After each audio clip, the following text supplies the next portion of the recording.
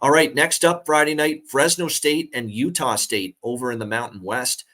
Fresno State 6-point road favorites, 59.5 the total, actually down to 59. There's money coming in on the under right now in this game. And I think the reason for that is because, well, we actually saw Utah State's defense play a little bit better in a win against Colorado State.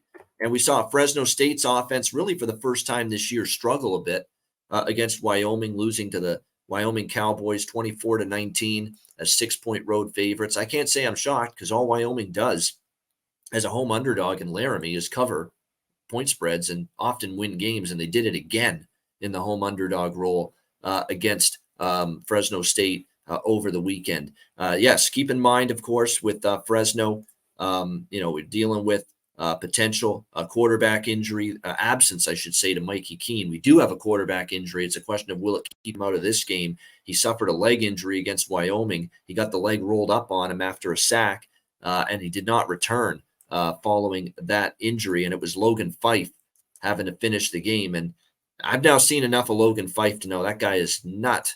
There's a reason why when Jake Hayner moved on from Fresno State, that they brought in Mikey Keene via the transfer portal from UCF, because Jeff Tedford did not have faith and confidence in Logan Fife. And if you watched him play against Wyoming after Mikey Keene got injured, you know why they don't have faith and confidence in him. Here are his career numbers with Fresno: 4 touchdowns, 8 interceptions. Okay, that's not going to get the job done. You got to protect the football and take care of it better than that from the quarterback position. So, again, a lot of the under money coming in because of the questionable status of Mikey Keene. We've seen some Utah State money. Fresno opened 7-point road favorites down to 6. Again, that's because of the potential that Mikey Keene might not play. I don't want Fresno if Mikey Keene doesn't play, because Logan Fife has not done enough for me at the quarterback spot. So this is a wait and see for me. I think there'll be value on Fresno if Keene plays. If not, then I totally understand why Utah State's taking money, and I totally understand why the under's taking money if Mikey Keene doesn't suit up here. Connor, what do you think?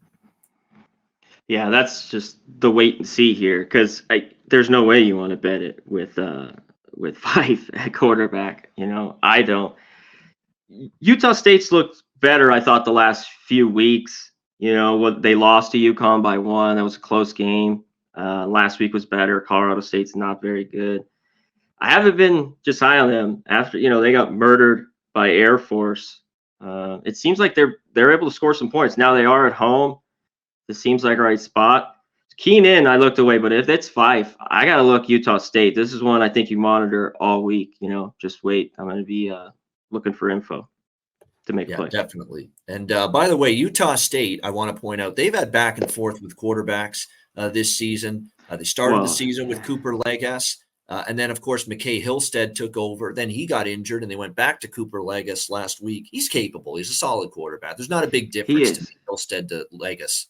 Yeah. Legas, though, when he got benched, I don't know. Because I thought he looked good the second part of last year, and he was just having some games there early. And he didn't look like himself. He's back in. He had a good game last week, but that was against Colorado State. Pretty Swiss cheese defense. Exactly. We'll see how he fares here. Fresno, a much better caliber of opponent for him to test himself against.